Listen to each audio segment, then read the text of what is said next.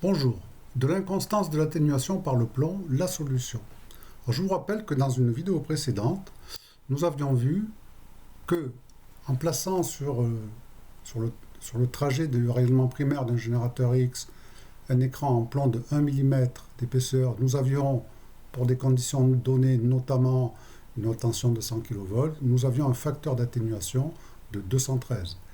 Et en plaçant sur le trajet du rayonnement diffusé, rétrodiffusé par ce plomb, la même épaisseur en plomb, nous avions un facteur d'atténuation plus faible, 90. Par contre, en remplaçant l'écran de plomb dans le faisceau primaire par un fantôme en eau, nous avions sur le trajet du diffusé un facteur d'atténuation de 2500, donc beaucoup plus élevé. Donc voilà, on a là deux résultats qui semblent contradictoires, qui tirent en deux directions opposées. Alors pour comprendre quels sont les phénomènes qui sont en jeu, on a deux phénomènes qui contribuent à ces résultats. Tout d'abord, on a le durcissement du spectre par absorption dans le diffuseur. Ça, c'est quelque chose qui tendra à faire baisser le facteur d'atténuation. Et ensuite, et si j'ose dire de façon concomitante, nous avons le ramollissement, entre guillemets, du spectre par effet Compton. C'est un processus qui tendra à faire augmenter le facteur d'atténuation.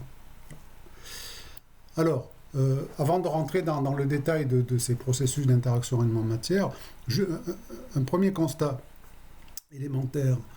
Si on fait un calcul du débit d'équivalent de dose dans le rayonnement diffusé, en diffusant sur de l'eau, eh bien on a un débit d'équivalent de dose de 572 microsieverts. Voilà.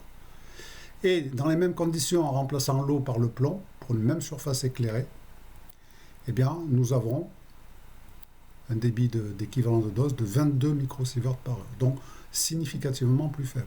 Voilà. Plus précisément, la diffusion dans l'eau est ici 26 fois plus élevée en termes de débit dose que dans le plomb. Ce qui montre bien que l'eau est un milieu diffuseur et le plomb est plutôt un milieu absorbant. Ça on le savait déjà. Alors, pour mieux comprendre tout ceci, un petit peu le quantifier, on va revenir sur ces processus élémentaires d'interaction photon-matière. Voilà. Donc là, je vous propose de revenir sur l'utilitaire IRM photon. Donc ici, j'ai pris comme milieu l'eau. Et ce qui nous intéresse ici, avant tout, ce sont les graphes des coefficients massiques. Alors ici, en bleu, c'est l'effet photoélectrique. En vert, l'effet Compton. En rouge, c'est la création de paires, mais ça ne nous intéresse pas. Nous, dans notre problème, nous travaillons pour l'essentiel entre 10 keV et 100 keV, la haute tension que l'on avait pris pour le générateur. Alors, ce que l'on constate avec l'eau, c'est qu'il y a effectivement de l'effet photoélectrique, mais qui est prédominant en dessous de 30 keV, ici, et aussitôt que l'on dépasse 30 keV, c'est l'effet Compton, c'est-à-dire la diffusion, qui est prédominante. Voilà. Alors ça, on peut l'illustrer en regardant les trajectoires de photons, des simulations Monte Carlo, en envoyant des photons, par exemple de 50 keV, dans un petit cube en eau de 10 sur 10. Voilà. Donc le photon va rentrer ici, et on va voir ce qui se passe. Alors, premier photon, bien ici on a une rétrodiffusion. Voilà. Deuxième photon, voilà, photon est transmis, mais après avoir diffusé. Donc on se rend compte, lorsqu'on regarde l'historique, c'est que diffusion après diffusion, l'énergie du photon baisse. Toujours. Là, il est transmis directement. Voilà, encore une diffusion. Diffusion suivie d'un effet photoélectrique. Absorption totale. L'absorption totale dans un milieu haut, c'est assez difficile. Là, ici, à nouveau, une rétrodiffusion. Voilà. Fuite par le côté.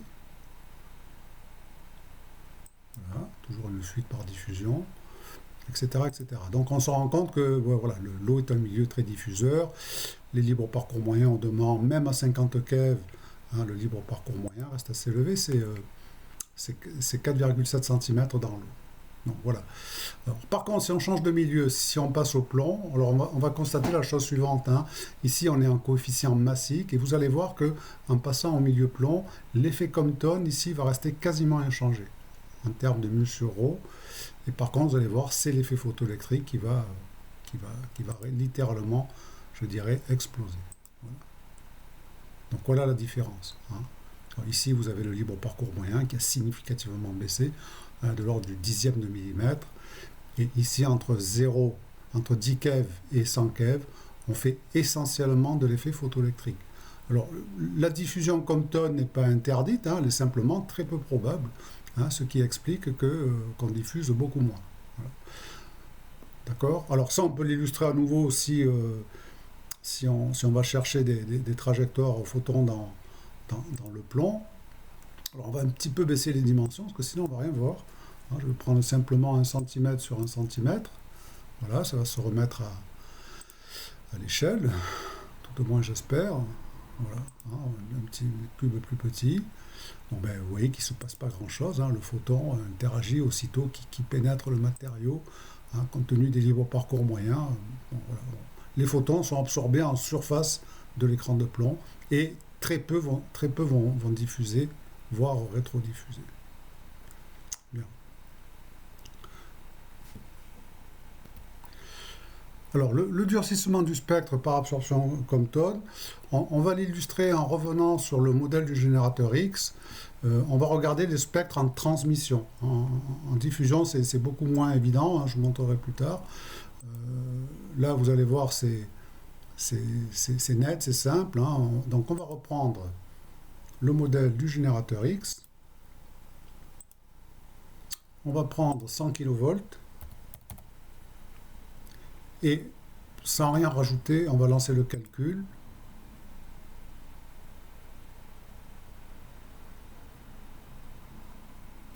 Voilà, alors ce qui nous intéresse ici, c'est pas tant le débit dose dans le primaire, hein, c'est d'aller regarder le spectre d'émission de notre générateur X. Donc le voilà, hein, c'est le spectre influence X ici. Alors là, ce sont les pics de fluorescence X de l'anode, hein, le tungstène. Alors ce que l'on constate, c'est que le spectre part de zéro. Alors en termes de production, dans l'anode elle-même, le spectre continue à monter, hein, et ce que l'on a ici, c'est de l'auto-absorption dans l'anode.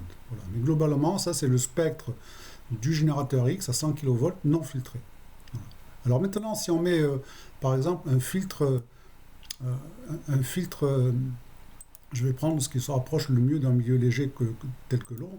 On n'a pas, nous, l'eau dans les filtrations. Je vais prendre du beryllium, même prendre une épaisseur assez significative, hein, 5 mm, ça n'est pas très réaliste. Hein. Alors, ce qui se passe lorsqu'on met cet écran avec un matériau de Z faible, qui, comme l'eau, a fait assez peu d'effets photoélectriques. Alors, regardez ce qui va se passer, notamment ici.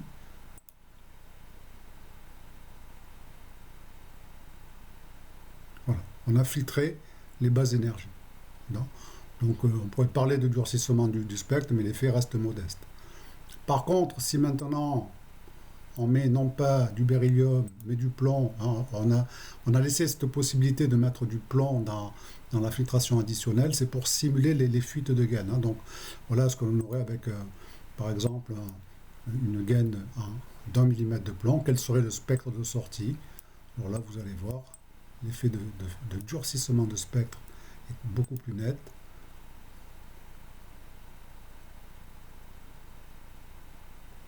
Voilà. Hein, alors là, l'énergie moyenne est passée à 77 keV. Hein, si je reviens sur le beryllium,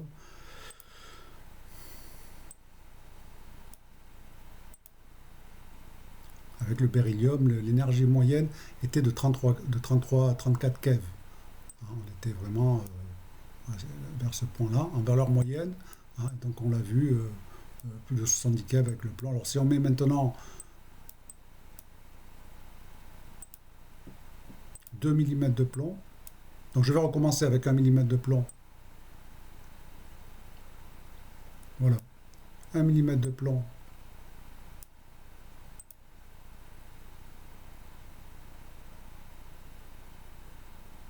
on a une filtration très dure avec une valeur moyenne qui est passée à 77 keV. Si maintenant on met 2 mm de plomb, le durcissement sera encore plus marqué.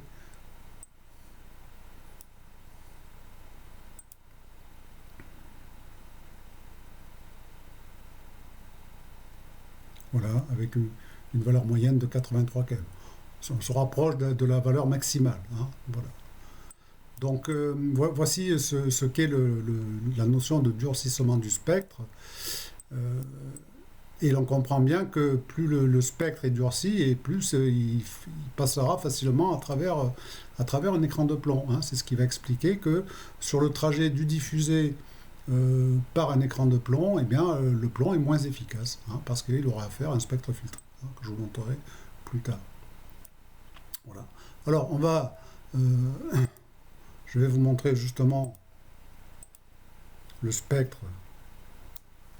Voici donc sur un calcul qui a été fait au préalable, hein, sur la diffusion dans un écran de plomb, et ici en vert on a récupéré, alors c'est un spectre qui est filtré par 1 mm d'aluminium au départ, hein, ça c'est le spectre initial, et vous avez ici le spectre le spectre diffusé. Voilà. Donc là c'est le spectre primaire, et là vous avez ici la filtration dans cette bande d'énergie, d'accord, et qui fait que le spectre est un peu plus dur et donc traverse plus facilement le plomb. Par contre, on a un autre phénomène. On se rend compte qu'ici, par exemple, ce pic de fluorescence X du tungstène qui était ici, hein, donc ça c'est le spectre diffusé, eh bien il passe ici. Alors ça c'est le second phénomène, d'accord. C'est ce que j'ai appelé le ramollissement. Alors excusez-moi, je ne connais pas le terme technique. Hein. Le terme de durcissement, c'est bien connu, c'est un terme utilisé. Et cet effet-là de ramollissement du spectre par effet Compton, il reste peut-être un terme à trouver, s'il existe. Merci. Voilà. Alors, je vais l'illustrer à nouveau en revenant au tableur IRM Photon.